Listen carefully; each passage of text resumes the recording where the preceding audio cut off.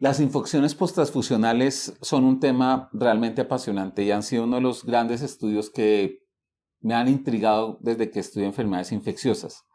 Donar sangre es un procedimiento seguro y además de donar, la persona que dona sangre tiene la oportunidad de hacerse varias pruebas para enfermedades infecciosas que no las haría corrientemente. Lo mejor que uno puede hacer como ser humano es donar sangre. Recibir sangre es un procedimiento seguro y muchas veces indicamos la donación y la recepción de la sangre y muchas personas se han beneficiado y han salido con su vida adelante gracias a que han recibido sangres y elementos sanguíneos. Los bancos de sangre hacen unos trabajos absolutamente increíbles para asegurar que la sangre sea de calidad. De eso soy testigo. He visto cómo trabajan los bancos de sangre y soy un gran admirador del trabajo que ellos hacen porque la sangre sea segura. Sin embargo, nada está exento de riesgo. Y los riesgos parten de dos principios, unos técnicos y el que quiero hacer referencia es con respecto al uso de las serologías para la donación de sangre.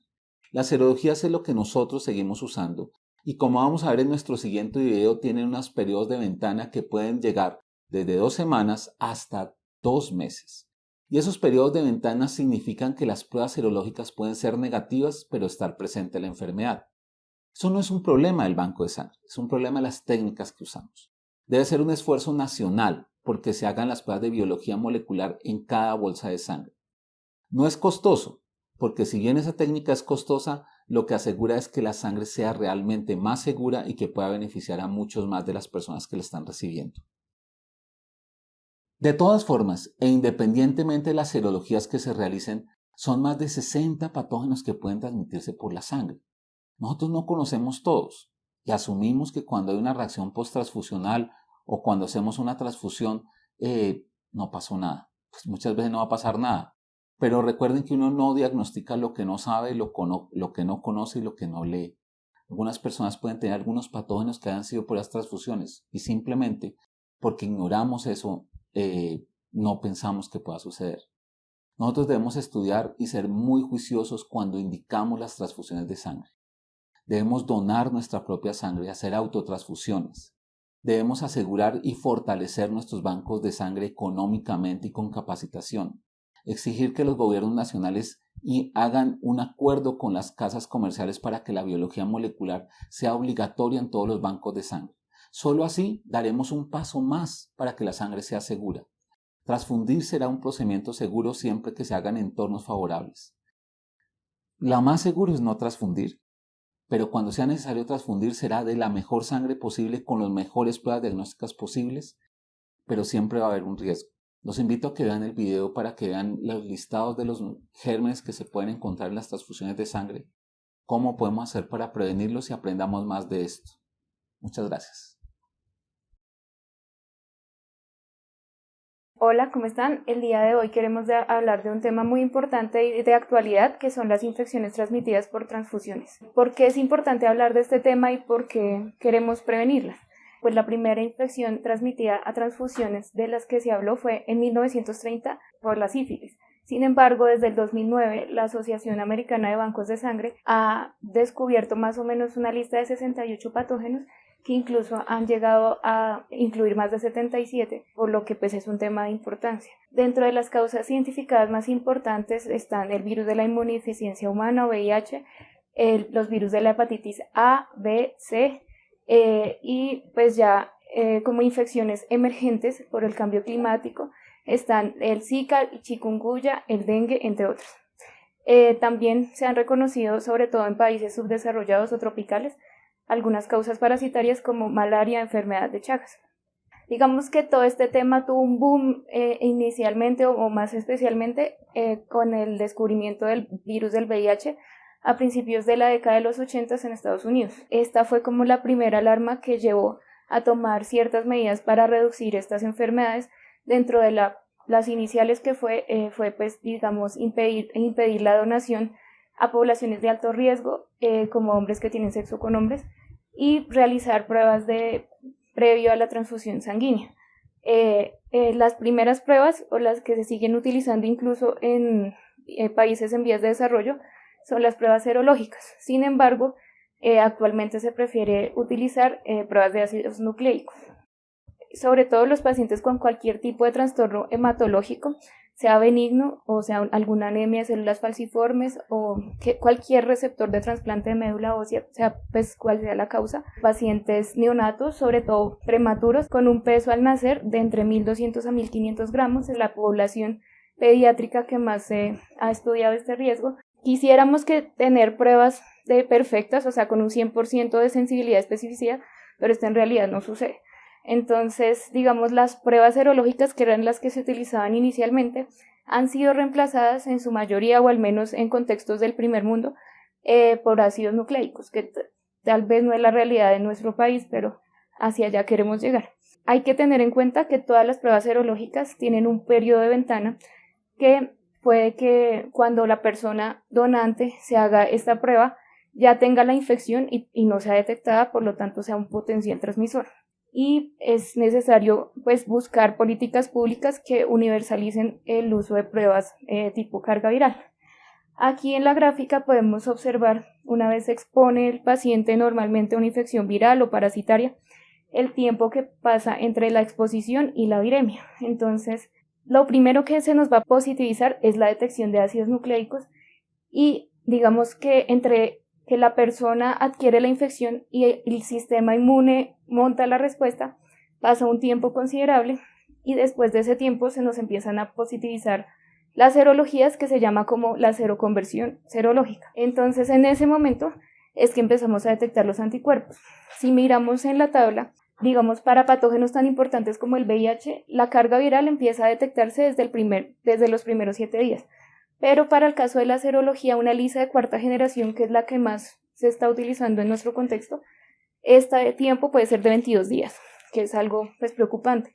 Para el caso de la hepatitis B, el tiempo de conversión es 20 días de carga viral, y pues el primer día de detección serológica es más o menos al día 60, que vendría siendo 2 meses, que pues es bastante considerable. Y para la hepatitis C incluso llega a ser este tiempo de 70 días, que son cosas que pues nos llevan a pensar en la importancia de hacer carga viral. Digamos que todos tenemos en mente los virus, porque es lo que más hemos escuchado, porque tal vez es como lo que más nos preocupa, pero pues digamos en los estudios que se han hecho de transfusiones, se ha detectado que la etiología más común es la etiología bacteriana, tipo pacientes que tienen infecciones por alguna bacteria como Yersinia, E. coli, Serratia, Staphylococcus aureus, o sea, el tipo de patógenos aquí es muy amplio. Y normalmente estos pacientes cursan con una clínica muy aguda de fiebre, náuseas, hipotensión, un choque, una sepsis como tal establecida.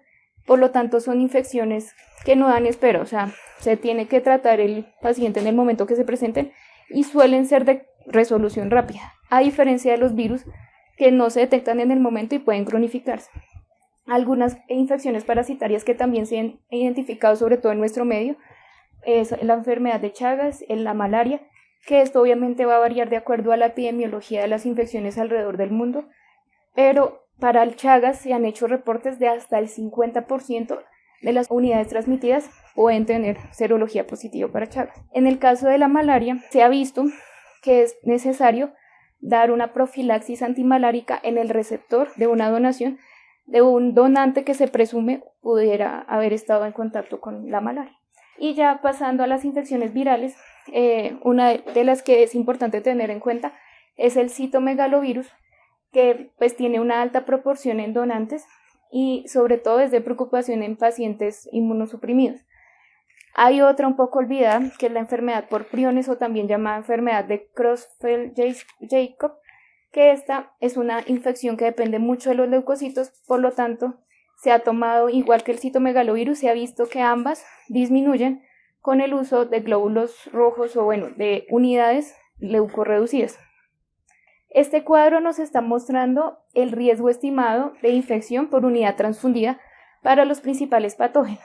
Estas cifras son tomadas de guías americanas sobre todo, pero pues en cierta forma podría aplicar a nuestro país. Si vemos ahí las que están reportadas con un porcentaje estimado con el 90%, es para el VIH, para la hepatitis C y para la hepatitis A. La hepatitis B más o menos con un 70%, el HTLV, que es el otro retrovirus humano, con un 30%, y las otras ya bajan un poco su incidencia. Normalmente uno tiene en la mente como, bueno, es un 0,01%, no es tan grave, pero si extrapolamos esa cifra a una población, pues ya vemos que sí puede tener alto impacto. Ya yendo un poco más al tema en cuanto a los virus que conocemos, entonces la hepatitis B empezó a reducirse mucho su infección, o sea, la transmisión de esta infección desde que se implementó el uso del antígeno de superficie, pues como rutina en todos los bancos de sangre. Aunque nuestro país, digamos en Colombia, sobre todo en la cuenca amazónica, es el sitio, la región donde más hay prevalencia, es necesario tener en cuenta esto.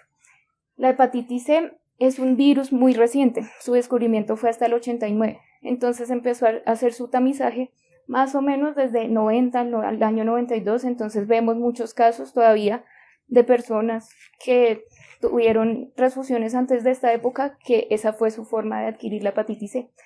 En este caso viene a ser de importancia marcada la carga viral teniendo en cuenta el periodo de ventana tan prolongado que tiene. La ELISA de VIH, digamos que es una de las que más prende las alarmas, es de los que más uno recuerda tal vez. Desde 1986 empezó a hacer como un tamizaje más controlado de esta infección y eso ha bajado mucho pues la incidencia, pero se ha visto que se asocia no tanto a unidades de glóbulos rojos sino más a factores de coagulación. Y el virus linfotrópico humano o HTLV es un virus que pues al igual que el VIH depende de la infección de los glóbulos blancos, entonces se ha disminuido en cierta forma con los componentes leucorreducidos. Este HTLV es el componente o la etiología asociada a la leucemia de células peludas y a la paraparesia espástica tropical, que en nuestro país tiene mayor incidencia en el área del Pacífico. Por último, los herpes virus tipo 6 y 8, pues también son una célula, o sea, un virus que requiere la infección por los leucocitos y tiene una alta prevalencia más o menos del 10% en la población adulta. En este cuadro más o menos vemos estas etiologías que nos está haciendo falta tamizar, que valdría la pena tenerlas en cuenta. Una de ellas es el dengue, el chikungunya, el Zika y la enfermedad por priones. Este es un virus perteneciente a la familia de los flavivirus. Tiene un porcentaje de ser idéntico más o menos el 60% al dengue y al chikungunya. Las complicaciones que más se han asociado al virus del Zika son de tipo neurológico, asociándose al síndrome de Guillain-Barré, y de tipo congénito en mujeres embarazadas que lo adquieren. Entonces, el virus del Zika, teniendo en cuenta esta alta prevalencia en nuestro continente desde el 2015, fue lo que llevó a la CDC a dar una recomendación desde el 2016 de hacer una detección de PCR en los pacientes expuestos de 4 a 12 semanas antes de realizar la donación, lo que vemos que tal vez no es tan disponible o pues no está disponible en nuestro país, en nuestro contexto. Entonces, digamos que lo que se recomienda es al menos hacer el tamizaje en las poblaciones de alto riesgo, que serían las embarazadas y los pacientes inmunocomprometidos.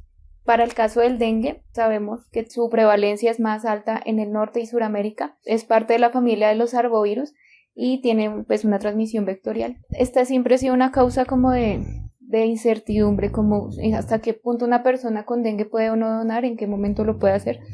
Se sabe que la persona puede tener una viremia incluso antes de presentar los síntomas. Pues este tiempo de viremia puede ser relativamente corto, entonces en general se considera una enfermedad de muy baja posibilidad de transmisión a través de transfusiones, pero digamos que se prefiere tener precaución si el donante viene de una zona de alta prevalencia en donde se haya reportado un brote reciente. Y por último, la enfermedad por priones, que también se ha llamado la encefalopatía espongiforme por priones, es una enfermedad neurológica fatal que se ha descubierto que no solo afecta a los humanos sino a todos los mamíferos. La forma más común es la enfermedad esporádica, que es la que se conoce como la enfermedad de Creutzfeldt-Jakob, y el primer caso reportado asociado a transfusiones sanguíneas fue en el 1996, y desde ese momento se ha hecho como un seguimiento y se han reportado más o menos 290 casos en 12 países, la mayoría en Reino Unido. Entonces ellos han dado unas recomendaciones muy puntuales para evitar esta transmisión, que es evitar que los pacientes que han recibido cualquier trasplante de glándula pituitaria de hormona de crecimiento o que sean receptores de injertos de córnea, pues que no hagan la donación para evitar esta transmisión. Muchas gracias por acompañarnos en este tema. Estamos atentos a sus dudas, inquietudes sobre este tema o todos los que vean en nuestro portal. Los invitamos a seguirnos en redes sociales y los jueves serán los días en que podemos responder esas dudas. Muchas gracias.